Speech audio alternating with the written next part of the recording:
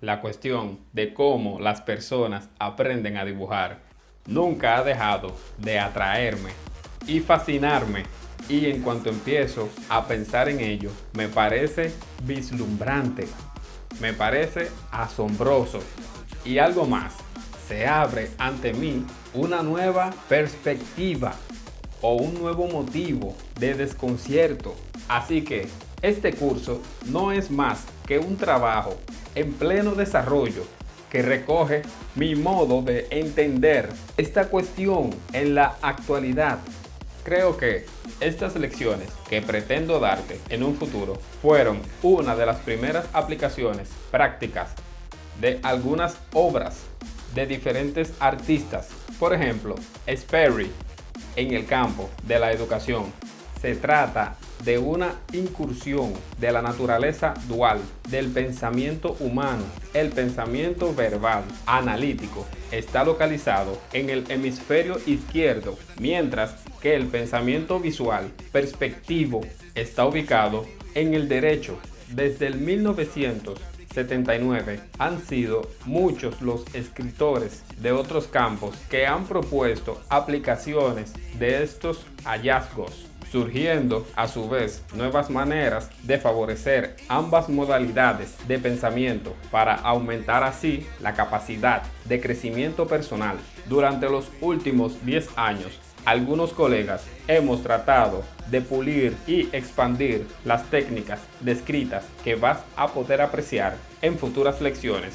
Hemos tratado de cambiar algunos procedimientos y hemos añadido otros, y también pudimos eliminar unos cuantos que no eran necesarios. Mi objetivo principal al revisar mi lista de lecciones y esta presente, esta revisión fue con objetivo de tratar lo más posible de ponernos al día en este campo.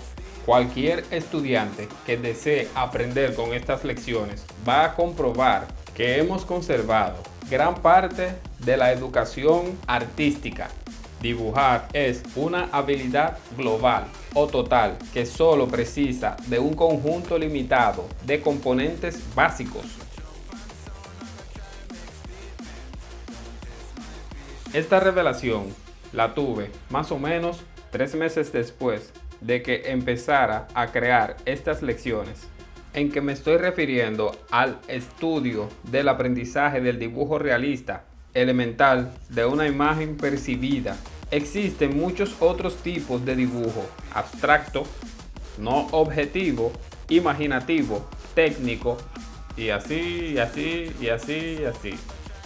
Además, dibujar puede definirse de muchas otras maneras, por medios, estilos históricos o el propósito del artista. Hay un conjunto de habilidades descritas en todas estas lecciones que tengo programada darte paso a paso, al igual que otras habilidades globales, como por ejemplo leer, conducir, esquiar y caminar. La habilidad de dibujar se compone de habilidades parciales que se integran en una habilidad total. Una vez que se han adquirido estas habilidades parciales y se las ha integrado, se sabe dibujar. Es lo mismo que ocurre cuando se aprende a leer. Uno sabe leer para toda la vida, o cuando aprendes a caminar en el momento.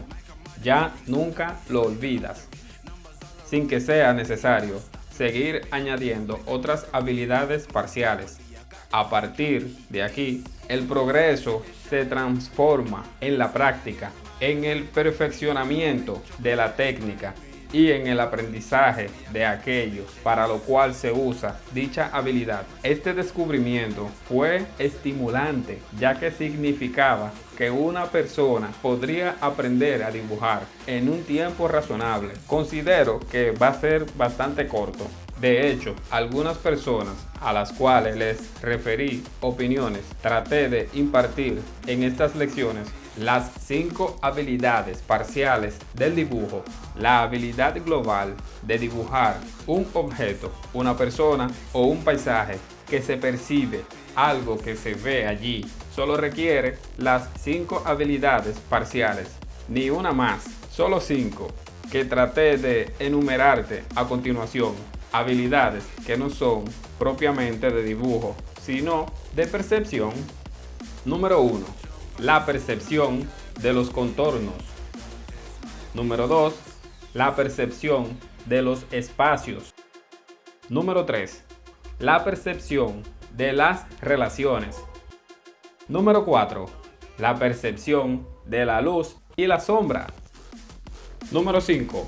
La percepción de la totalidad o Gestalt, la forma.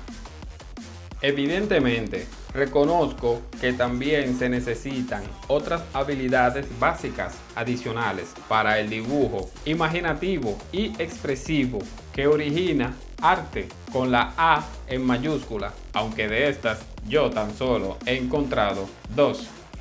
El dibujo a partir de la memoria y el dibujo a partir de la imaginación.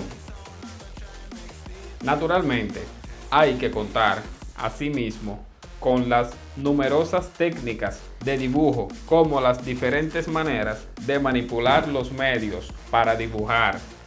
Por ejemplo, repito, las 5 habilidades que te mencioné anteriormente son las que voy a desarrollar en estas lecciones. Proporcionan la preparación, perspectiva necesaria para llegar a realizar con habilidad papel y lápiz en mano, o si cuentas también con una tabla gráfica, ya sea de escritorio o una tableta con su pantalla digital. Dibujos realistas de lo que se percibe. Esas 5 habilidades básicas son un requisito previo que hay que cumplir para poder llegar a utilizar con efectividad las 2 habilidades avanzadas adicionales. El conjunto de las 7 constituye la totalidad de la habilidad global básica de dibujo. De hecho, muchos libros sobre la materia se centran sobre todo en las 2 habilidades avanzadas, por lo que una vez superadas las lecciones que a continuación voy a darte, encontrarás muchos materiales publicados para continuar aprendiendo. Hay otro punto en el que quiero insistir: las habilidades globales o totales, como leer, conducir o dibujar, con el tiempo acaban realizándose de manera automática. Como he dicho anteriormente, las habilidades parciales básicas se integran totalmente en el fluido discurrir de la habilidad global. Ahora bien, a la hora de adquirir cualquier habilidad global nueva, el aprendizaje suele convertirse al principio en una lucha, primero contra cada habilidad parcial y después contra la integración fluida de todas ellas. Algunos de los alumnos que he tenido han pasado por esta etapa y a usted le sucederá lo mismo. Cada nueva habilidad que aprenda se irá fundiendo con las que ya ha aprendido. Con las ya aprendidas, hasta que llegue el día en que sencillamente dibuje normal, natural, sin ser artificial, de manera fluida, igual que el día en que se encontró sencillamente conduciendo sin pensar en cómo lo tenía que hacer. Después uno casi se olvida de haber aprendido a leer, a conducir o a dibujar. Esto será como montar una bicicleta para conseguir esa integración fluida en el dibujo. Cada una de las 5 habilidades parciales ha de estar en su lugar. Me alegra decir que la número 5, la percepción de la totalidad o Gestalt, no se enseña ni se aprende, sino que surge como consecuencia de haber adquirido las otras 4. Por eso, de las 4 primeras, no se puede omitir ninguna, como tampoco se puede omitir aprender a frenar o a mover el volante cuando se empieza a conducir. Esta figura es un pequeño ejemplo sobre las 5 habilidades del dibujo. Marca el área de la conciencia que cubre cada habilidad: la percepción de los contornos y la percepción de los espacios. No opino lo mismo. Por lo que respecta a la tercera y a la cuarta, hubiera sido necesario recalar más a la importancia de la observación estimativa.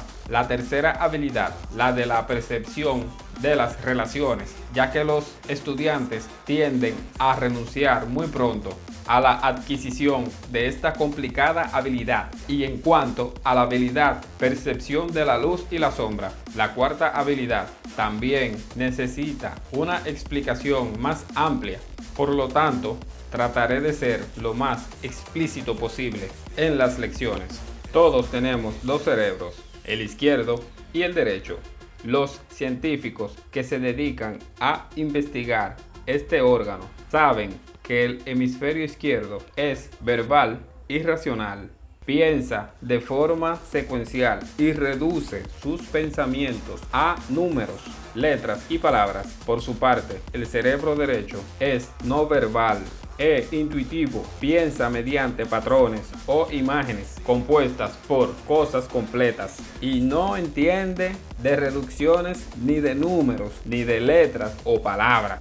Extraído de Fabric of Mind, escrito por el eminente científico y neurocirujano Richard Bergland.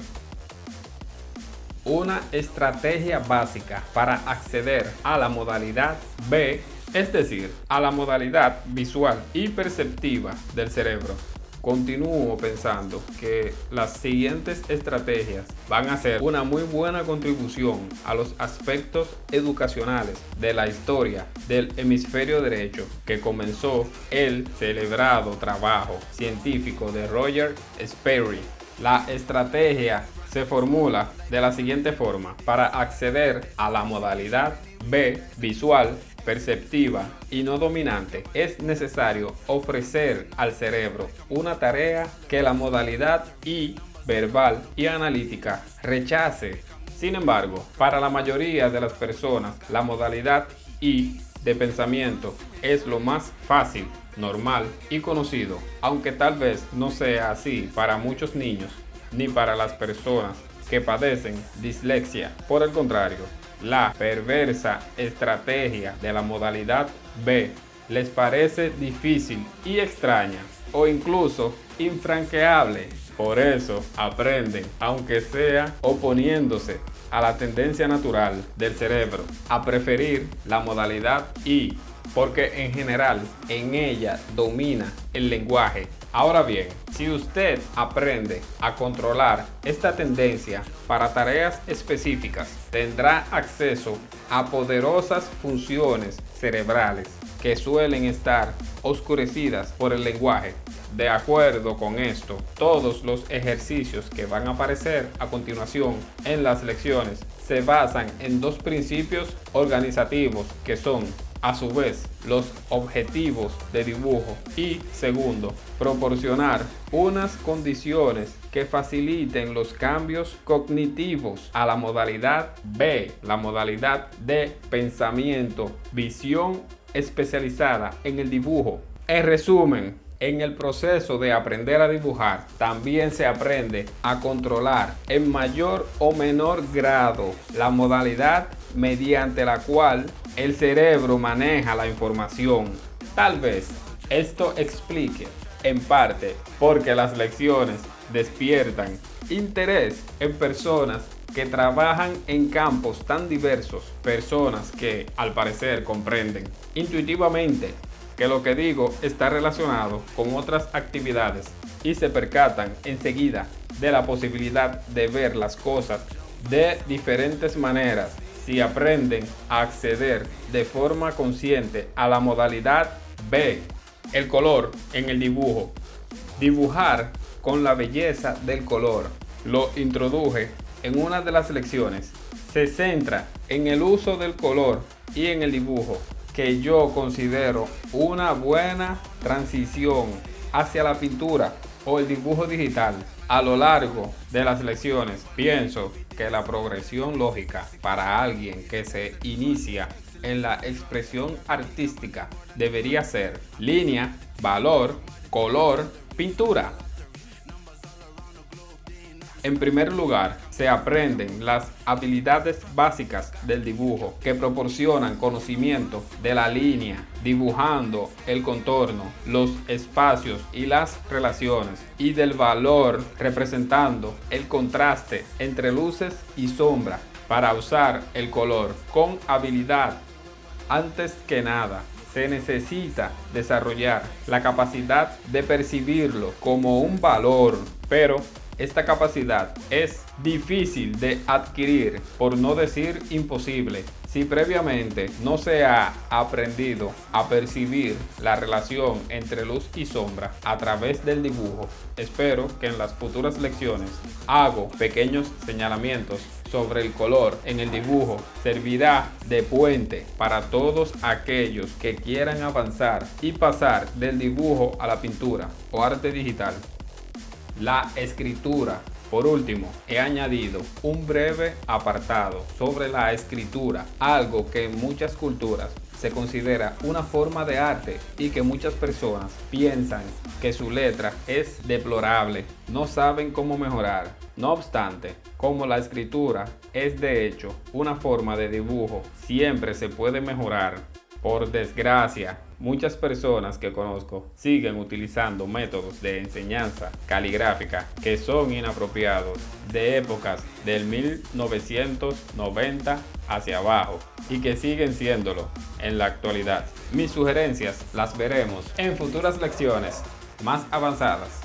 Una base empírica para la teoría. La teoría subyacente de estas lecciones continúa siendo muy importante. Te voy a explicar de forma clara la relación del dibujo con los procesos visuales y perceptivos del cerebro, y te voy a ofrecer al mismo tiempo métodos para acceder a ellos y dominarlos. Según han observado muchos científicos, la complicación a la hora de investigar el cerebro humano estriba en que el mismo cerebro, el que se esfuerza por comprenderse a sí mismo, este órgano de casi 1,5 kilogramos de peso, es, por lo menos hasta donde sabemos, la única materia del universo que se observa a sí misma. Se pregunta, intenta analizarse y adquirir mayor control sobre sus capacidades. No cabe duda de que esta situación paradójica contribuye, al menos en parte, los misterios que aún existen posee a los progresos tan rápidos que se han efectuado en el conocimiento científico del cerebro. Un aspecto en el que se centran los científicos es en la localización concreta de las dos modalidades de pensamiento principales y en ver cómo puede variar la organización de esas modalidades de una persona a otra. Si bien los científicos continúan discrepando en cuanto a la localización y con respecto a otros y muchísimos aspectos de la investigación del cerebro, la existencia de estas dos modalidades cognitivas fundamentalmente diferentes ya se ha dejado de ser motivo de controversia. Son muchísimos los estudios que la corroboran después del primer trabajo de Spiri. Además, en plena discusión para establecer dónde se localizan, casi todos los científicos han coincidido en la mayoría de las personas. La información basada en datos lineales y secuenciales se procesa principalmente en el hemisferio izquierdo, mientras que la información basada en datos perceptivos y globales lo hace sobre todo en el derecho. Es evidente que para los educadores como yo, la localización exacta de estas modalidades en cada persona no es algo que nos importe demasiado. Ahora bien, saber que la información de entrada se puede manejar de dos maneras fundamentalmente diferentes y que, al parecer, estas dos modalidades pueden trabajar unidas en un enorme conjunto de combinaciones. Eso sí que es muy importante. Desde fines de los años 70 se han empleado las expresiones modalidad y Y modalidad B, para evitar la controversia de la localización. Dos conceptos con los que lo único que pretendo es diferenciar las modalidades principales de conocimiento sin atender a su situación real en el cerebro humano. En los últimos 10 años se ha dado a conocer la neurociencia cognitiva, un nuevo campo interdisciplinario que estudia las funciones cerebrales. Además de la tradicional neurología, la neurociencia cognitiva abarca el estudio de otros procesos cognitivos mayores como el lenguaje, la memoria y la percepción. Los informáticos, lingüistas, científicos de la neuroingeniería, psicólogos cognitivos y neurobiólogos están contribuyendo a ampliar la comprensión de cómo funciona el cerebro. El interés de la investigación hemisferio derecho, hemisferio izquierdo, de algún modo ha remitido entre los educadores y el público en general desde que Roger Sperry publicó por primera vez los hallazgos de su investigación. No obstante, la profunda asimetría de las funciones del cerebro humano continúan existiendo y cada vez se vuelve más importante. Por ejemplo, para los informáticos que intentan emular los procesos mentales humanos, ya que la capacidad de reconocer una cara, una función adscrita al hemisferio derecho, está más allá de las capacidades de la mayoría de los ordenadores y lo sigue estando. El cerebro humano tiene alrededor de 100.000 millones de neuronas, con una medida estimada de 1000 conexiones entre cada neurona y sus vecinas.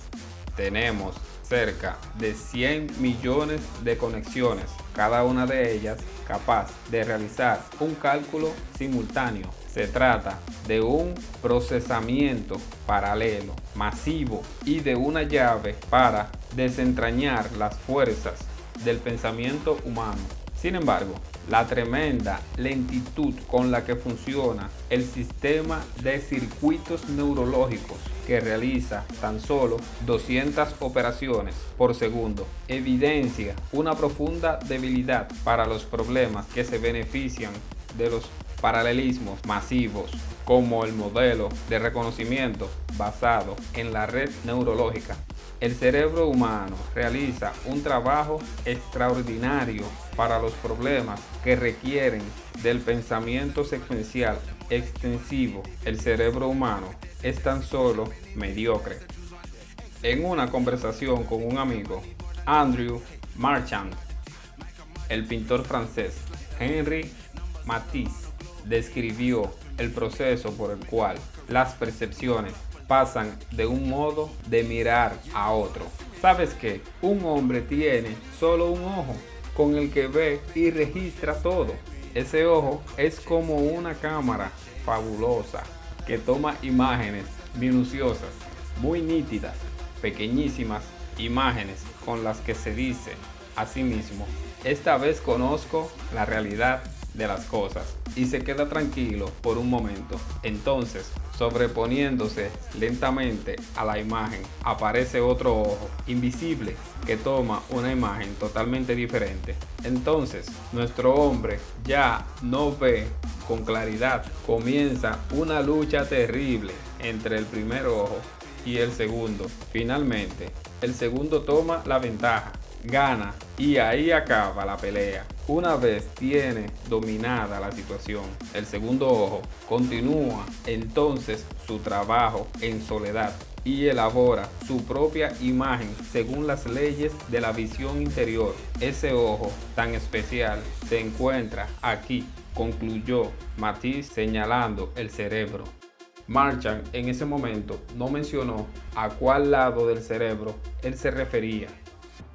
En un artículo que ha aparecido recientemente en una publicación educativa, se resumen las objeciones que plantean los neurocientíficos a la educación basada en el cerebro. El problema fundamental a la hora de hablar de las exigencias del cerebro izquierdo con respecto al derecho es que la gente se fía de las teorías tradicionales e intuiciones acerca de este órgano y no de lo que la ciencia que lo estudia es capaz de decirnos. Nuestras teorías tradicionales son demasiadas ordinarias e imprecisas para tener valor predictivo o instructivo. Lo que la ciencia moderna que estudia el cerebro nos dice y lo que los estudiadores que se basan en el cerebro no aprecian es que no tiene ningún sentido científico proyectar comportamientos y habilidades en bruto no analizados como la lectura, la aritmética, el razonamiento espacial en un hemisferio cerebral u otro. Pero el autor también afirma la decisión de aplicar o no prácticas educativas basadas en el cerebro debe basarse en el impacto que esto tenga en el aprendizaje de los alumnos. John Brewer. Tan solo mi experiencia como artista y profesor en estos años, algunos neurocientíficos pueden que critiquen a veces por sobrepasar los límites de mi especialidad, pero Roger Spire no lo va a hacer, ya que estaba convencido de que la aplicación que yo hacía de su investigación es razonable. Claro, lo va a pensar de ese modo si estuviera vivo.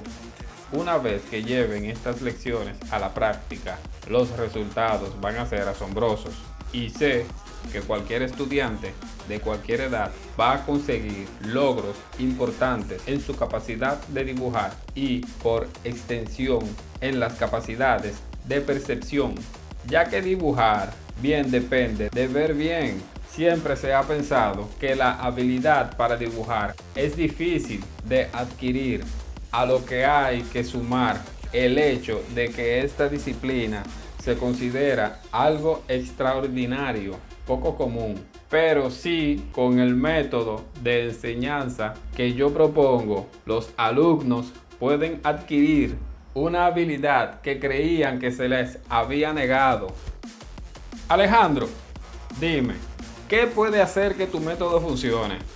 Evidentemente, el éxito de este método no se debe a mi manera de enseñar, ya que también lo han utilizado varias personas con idénticos resultados y con maneras muy diferentes de desarrollar sus trabajos. Por lo tanto, la pregunta que hay que hacerse es la siguiente: ¿funcionarían los ejercicios sin la base lógica de la neurología? Posiblemente sí, aunque costaría mucho convencer a la gente para que, sin previa explicación, accediera a realizar unos ejercicios tan persuasivos como dibujar algo boca abajo. ¿Significa eso?